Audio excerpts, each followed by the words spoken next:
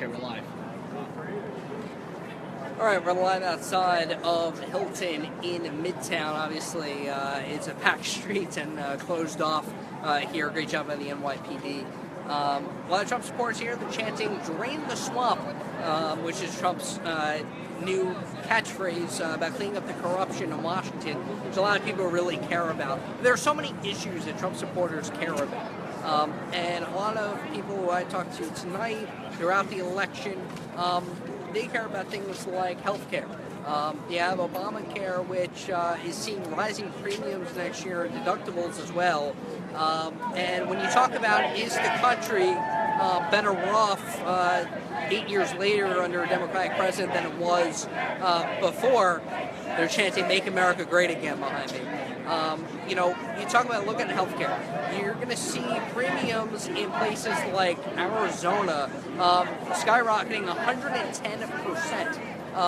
And people are not getting quality healthcare as well. So people infuriated about the passage of that. Of course, it was rammed down through Washington under a Democratic Congress back in 2010.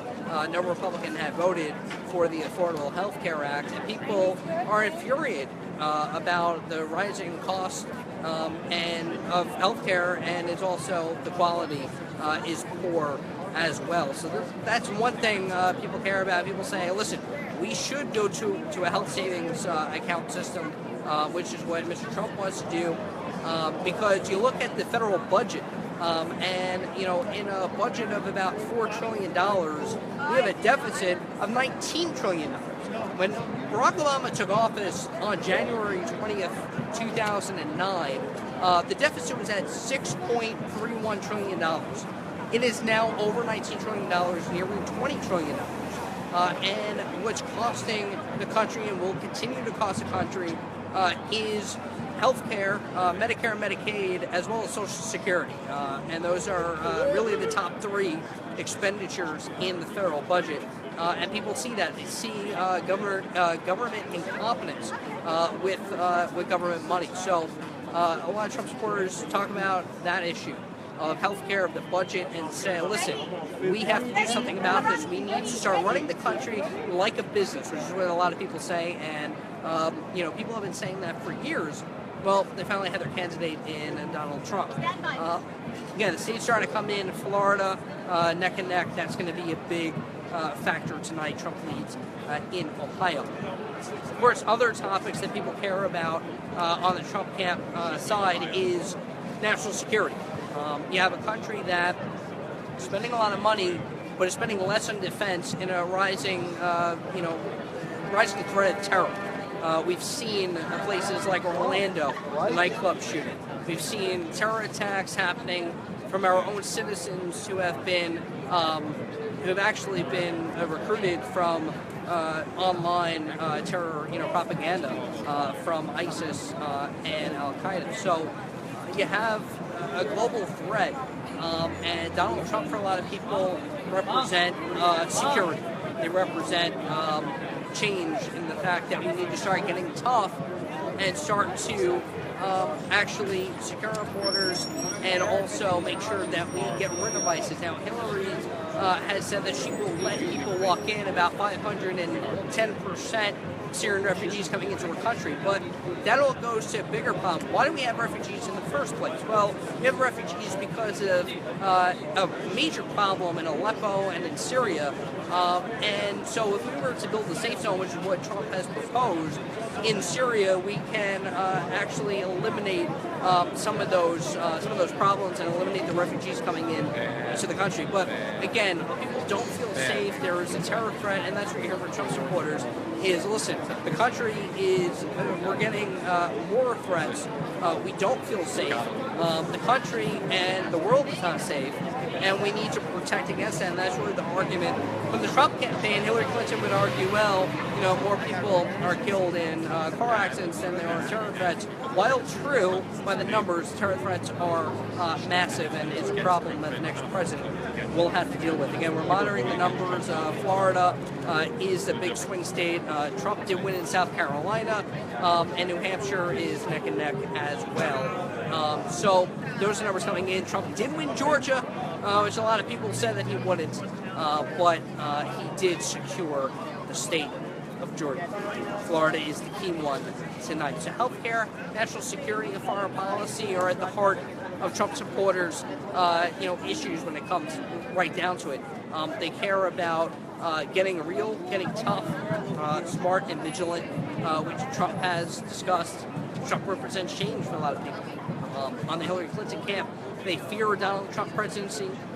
They don't care about the emails, but they use them in a legal private server, arguably, and certainly putting our national security interests out there, making them vulnerable. And they don't care about the Clinton Foundation accepting money from foreign donations. What they care about are issues, social issues. They care about things like climate change. I think we're getting a new number here. Fox News Channel is projecting Clinton wins Illinois, New Jersey, Massachusetts, Maryland, all expected. Delaware, D.C., and Rhode Island, so all expected there. Donald Trump wins Missouri, Tennessee, Oklahoma. So that's what we are at now in Georgia, of course. So that's where we stand right now. It could be very well into the night when we find out about Florida. Hopefully we don't have another 2,000 all over again. Florida's between 4,000 votes, that's it right now. Say that again? 4,000, it's between the two, 4,000 votes. 4,000 votes in Florida? Well, it's okay, so we are within a range of 4,000 votes right now as the districts are starting to report in Florida. Trump supporters care a lot about the issues. They care a lot about their country. Very patriotic. Hillary Clinton supporters, while they care about the country, they care about different issues. They want a continuation of Barack Obama's policies. Now, the economy, which is historically the number one issue in presidential politics. We are looking at an economy where we have 95 million more on food stamps. We have the lowest economic recovery since the Great Depression in the 40s. A stagnant growth of 2.9% in the third quarter of GDP. Historically, we grow at about 3 to 4%. And over 8 years, the average growth has been about 2% of GDP, which is stagnant. There's a major strain on the economy. When you talk to small business owners, which I have small business owners in my family, you talk about what can be done, how can they hire more workers, because we have the lowest labor participation rate since the 1970s. And what they say is the regulations are killing them, taxes are killing them, and they say we should repeal Dodd-Frank, we should get a little bit more of a leash, and then maybe we can start hiring workers. The healthcare costs are outrageous. They're going higher. Barack Obama's claim that if you like your doctor, you can keep it, turned out to be an outright lie. And so that's what we're dealing with. It's a healthcare system that doesn't work for everyone. It still keeps 20 million people uninsured. Trump is up in Florida and Texas. Texas, he's supposed to win. I saw polls that were showing Texas as in the pink, leaning towards Trump. But there's no question Trump is going to win Texas. That's a conservative state. But when you look at the economy, the economy doesn't necessarily work for everybody, and that's a problem. Now, Clinton said just because of the rich who are benefiting from the policies. But that's not necessarily true, because if you look at an issue like taxes, you have the rich, top 1% pay more than 25% of federal and state and local taxes. Trump is leading in Rhode Island, up 13 there. So as we keep seeing the polls come in, and huge thanks to Dennis Latos and Scott Arani, by the way, doing a spectacular job behind the scenes. Sort of make America great again, Cap. So Donald Trump supporters, they're all on this block. They're very enthusiastic. That's really another thing, is the enthusiasm between Trump supporters and Clinton supporters. There is a major enthusiasm gap that we're seeing. So a lot of Hillary Clinton supporters are former Bernie Sanders supporters. They haven't necessarily come around. And a lot of it is because they don't trust Hillary Clinton. And as we're seeing in the poll numbers, Donald Trump has more trust than Secretary Clinton. And that, that is a big issue because people are going to the polls today and saying, I can't, if I'm going to vote with my conscience, I can't vote for someone who has put classified information out there for all to see. So that is what people are thinking when they go to polls today. Again, on the economy, we're, lowest labor participation rate since the 70s, people looking for jobs and aren't necessarily finding those jobs, and a lot of it is because there's this strain on the economy, the stagnant growth, and that starts with small businesses. That's the backbone of the country, and the small businesses are being highly regulated and are being prevented from hiring workers because of those regulations. So if you talk to small business owners like I have, you're going to find that that they're spending more time on regulations, on forms, than they are doing their actual job. And they hire workers, they'll get more profit. That profit will go into the economy. Right now, people are saving and not spending. People chanting USA behind us, patriotic group of Trump supporters here in Midtown. Again, we were just seeing Rhode Island. Trump is up there. Trump's leading in Texas. Big surprise.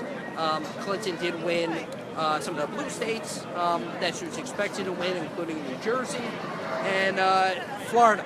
That is the big question tonight, is who will take Florida.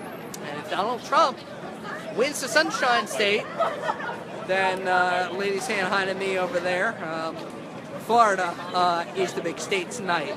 We have Trump is up by 1 in Florida. Again, within 4,000 votes is very tight. We may not find out into the night. But over here you have the Hilton in the background, and that is where Donald J. Trump's victory party is.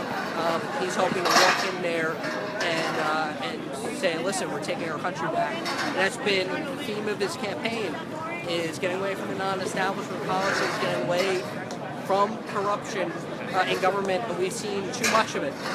We've seen the FBI, who is controlled by the Justice Department in the investigation into Clinton's private email server and the Clinton Foundation, and the DOJ under Loretta Lynch, who had a meeting with Bill Clinton on the tarmac, as you'll remember, back in July.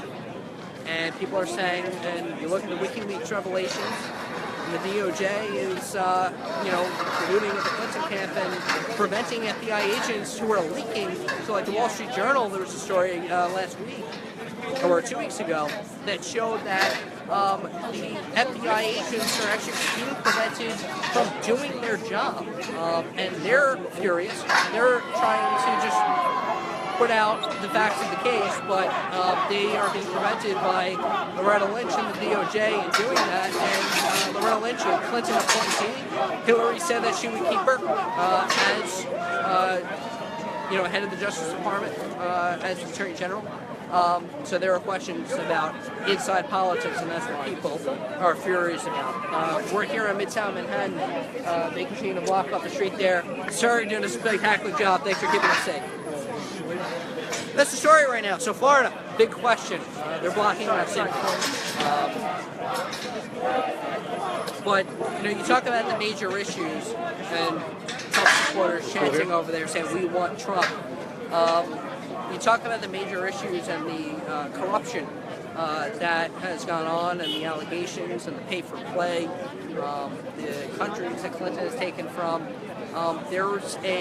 This election has become about trust. Can people trust Donald Trump to run the country as he has put forth? Can people trust Hillary Clinton to continue to be in government?